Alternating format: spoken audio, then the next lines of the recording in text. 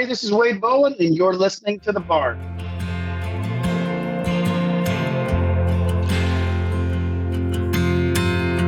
Filled her up and went inside for some Gatorade and Camel Lights. Bought the whole pack just to have one. I don't drink like I drank last night. Hammers pounding behind my eyes, but I sing out loud with the radio on to a Springsteen song on the car ride home. Hi, and welcome to The Barn, live from The Barn Studios. Got a special guest online right now. We have Mr. Wade Bowen. Wade, how are you, man? I am wonderful. How are y'all? We're doing really good. We haven't seen you since last summer. We had a sit down with you and Randy before your show at the Chesterfield Amphitheater in St. Louis. We had a really good time with that. So thank you for that then, and thanks for joining us today. Hey, my pleasure, man. I'm always happy to talk music, so thanks for having me back. Yeah, and I don't know if you remember or not, we actually talked more sports than I think we did music last time. Well, that's fine, too. I'm all in on either. Yeah, and I know you are a sports fan. What do you think about, you're a Cowboys fan, right? Yeah. How do you think about the Cowboys moving forward? Well, it's as always, as a Cowboys fan, I'm excited about the team this year and the draft and our offseason and everything we've done. It seems like we've done it right. But unfortunately, as a Cowboys fan, I've learned not to get my hopes up too much because it seems like we do a lot of things right and then it doesn't translate over to the season. But I'm hoping that changes this year. It's got to change eventually, right? Right. And they always kind of say that about teams that maybe not hit the mark during the season is like the most optimistic time is right after the draft and right, when it's off season, right? You get excited about those things. Of course. Yeah. Yeah. I think everybody, that's the beauty and the downfall also of being a fan, do or die. I'm not a front runner fan. Obviously we haven't won a Super Bowl in years. So, that's the beauty is you should have good high hopes going into a season. Hopefully it translates into some wins, but Philly's got a good team too. Well, I mentioned you was in town last year. Pretty excited. You're coming into town in a few weeks. Friday, June 2nd at Del Mar Hall. Doors are at 7, shows at 8. Tickets are $20 in advance and $25 a day of show. We're happy to have you back in town, Wade. We are too. It's been too long since before the visit last time. It's been way too long since we've been there, and so I really think we have a good. What we're doing right now in my career with everything on the business side, it feels really good, and we're starting to kind of get more consistent with those places we used to play more back in the day. And I'm excited about us getting out more and being consistent with these places and see if we can build. Plus, I love being in different cities. Your city is absolutely amazing. My guitar player Nick is actually from there, so it's a homecoming for him. So we all get excited because I know that he's excited. So it should be a fun night. Yeah, we can't wait. Sounds like it's going to be a busy summer for you, like most of the summers from the past 20 years have been. Going to be hitting a little bit of everywhere, it looks like. Yeah, we're trying. Like I said, this far into my career, you would think, I think a lot of people would hit cruise control and just, enjoy things. But I'm doing the complete opposite. I'm enjoying things. I'm actually enjoying things. I'm enjoying playing music more than I ever have. But I'm also choosing to put the pedal down and work harder than I've ever worked. And so, with that comes good and bad, but I love it. I love that we're getting out more. I love the summer that we have lined up. I love the rest of the year that we have lined up, and, just try to outwork everybody. That's my theory. And it always has been. And I think right now we're working really smart, where they say work smarter, not harder. And I think I'm doing both. So that's a good feeling. Yeah, and I would say that's been pretty consistent with your career. You've always been a go-getter and sort of done it your own way, through hard work, touring, building a solid fan base, and putting the work in. And as a music listener and fan, I think the fans always tend to appreciate that. Well, I try. I really care about the songs that I put out.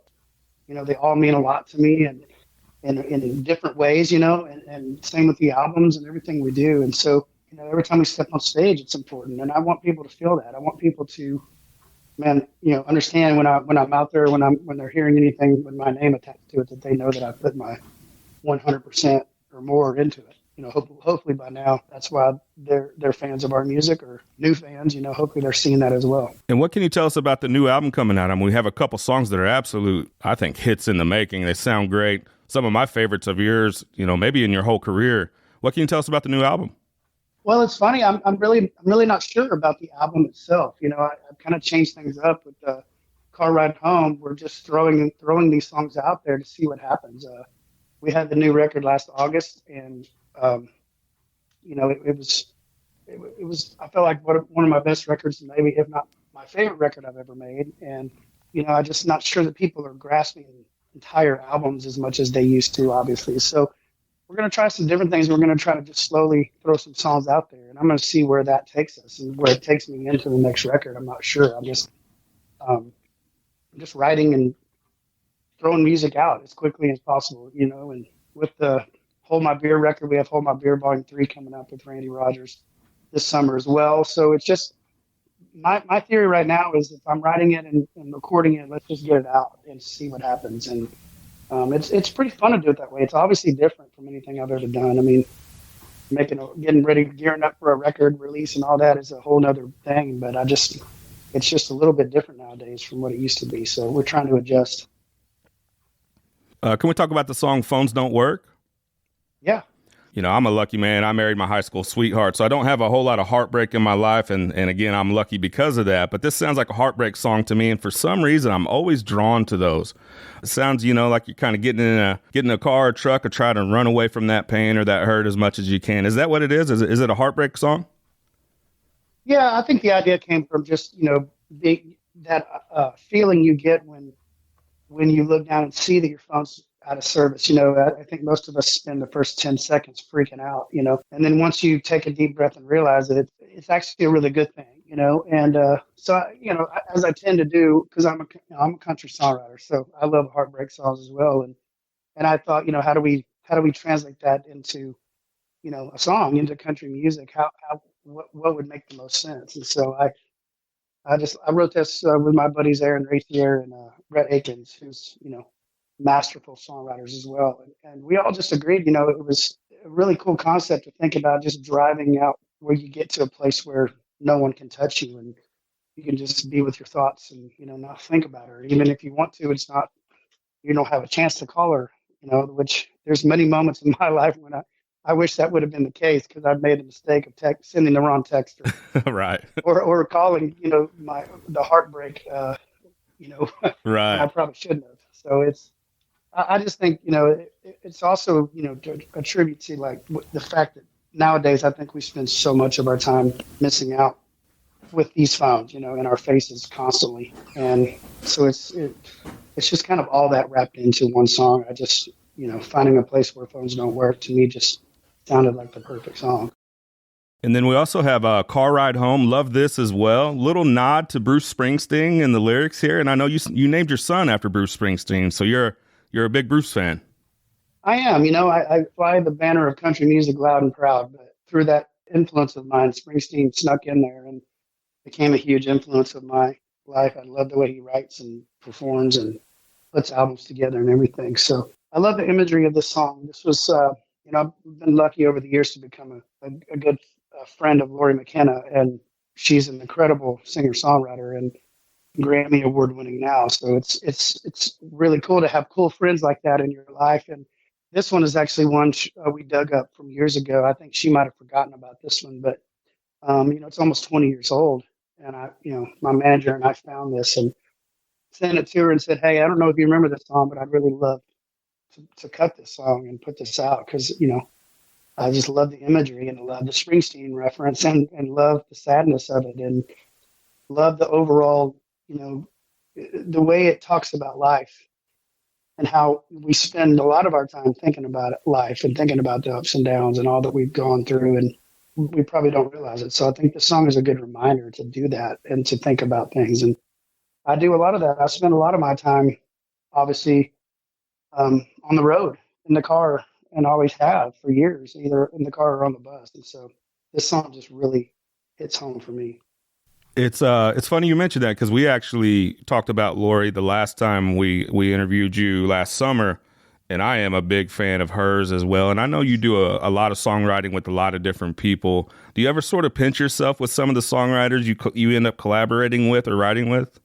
Yeah, for sure. I mean, I don't take it for granted. I mean, I get nervous, which I think you should. You know, if you're in the rooms with people like Lori McKenna or Vince Gill or whoever, you know, you should get nervous. You should feel that pressure, and I embrace it though. I love it.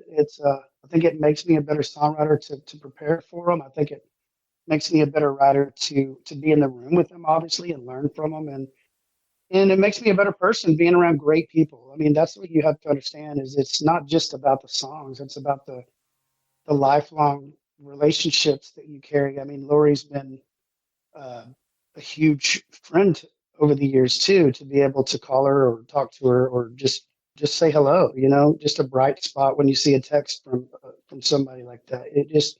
Um, it really does help in your career and help. You know, music is not an easy choice of business to endeavors, I guess, and it's just nice to have those friendships that touch your life in more ways than just great songs. And you mentioned Vince Gill, a guitar, a singer, and a song. The lyrics on this is just, I mean, it'll floor you. Specifically, somewhere in the chord lies the truth. Can you tell us about writing that song and what that song means to you? You know, I took to multiple people, and I think for the most part, for some reason, I love the idea of the song title, a guitar, a singer, and a song, but I couldn't quite wrap my brain around the best approach, you know. And multiple people were like, "I don't know, man, that's kind of weird." But I love the fact that I can take those ideas to someone like Rory McKenna who goes, "Oh yeah, totally, I get what you're talking about. Let's go down that rabbit hole and see what happens." And she's really good at that. That's why I think we write so well together and are such good friends that she's not afraid to just, you know, go down that rabbit hole and see what happens. And sometimes we fall on our face, and sometimes we come up with songs like this. This is one of my favorite songs I've ever written, and I really wanted to show people how we feel on the inside when we're singing songs and up on stage or just out on the road living this life. But also wanted to show people that we want to leave a lasting impact. And I'm out here working, like I said, like we talked about at the beginning of this interview. I'm working harder than I ever have, and it's not for the money. I mean, it's to try to leave an impact, on the world, and try to leave something for when you're gone, and something that my kids can have, and something that my wife can have, and my family. And I just lost a really close buddy of mine, Keith Gaddis, a couple of weeks ago, and it's been really hard. But the beautiful thing of what we do in our jobs and our chosen life is that I've listened to his music over and over and over since then. His music will live on forever, and that brought me a lot of joy. And I really want that to be the case when I'm gone. And so there's a lot of emotion in this song, a lot of substance here that it's hard to cram it into 3.5 to 4 minutes, but I thought we did a really good job. And then to get Vince Gill to sing on it, and then he wanted to sing that verse, that third verse there, which is my favorite verse. And I just think it really sums up him and as a player and a singer and a writer and everything. And I'm glad that he felt the same way. Great song. You mentioned leaving a lasting impact. Can you tell us real quickly about the Bowen Family Foundation and what that means to you? Well, it means so much. It's a lot of work doing foundation work, doing charity. It's always been a lot to me. I started doing it probably way before my career was ready for it. I started doing charity work even before anyone knew my name. So obviously it's very important to me. It's very important to my family. My sister runs the foundation, and obviously we don't make a dime. We love these events that we get to do. They're a lot of work and take up a ton of time, but when we get there and do them and be able to give money out to those, I mean, I've had people stopping to start crying when we tell them we're giving them some money, or some people, it helps them just leave the lights on so they can go do their hard work. So it's a very rewarding deal. Our foundation helps.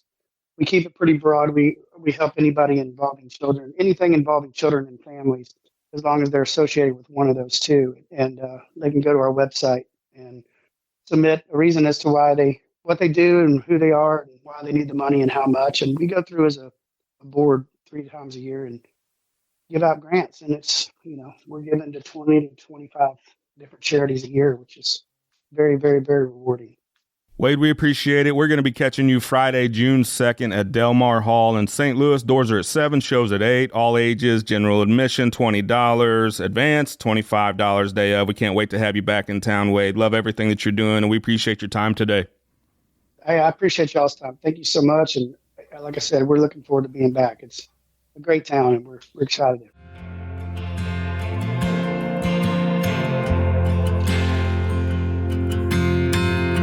Filled her up and went inside for some Gatorade and Camel Lights. Bought the whole pack just to have one. I don't drink like I drank last night. Hammers pounding behind my eyes, but I sing out loud with the radio on to a Springsteen song on the car.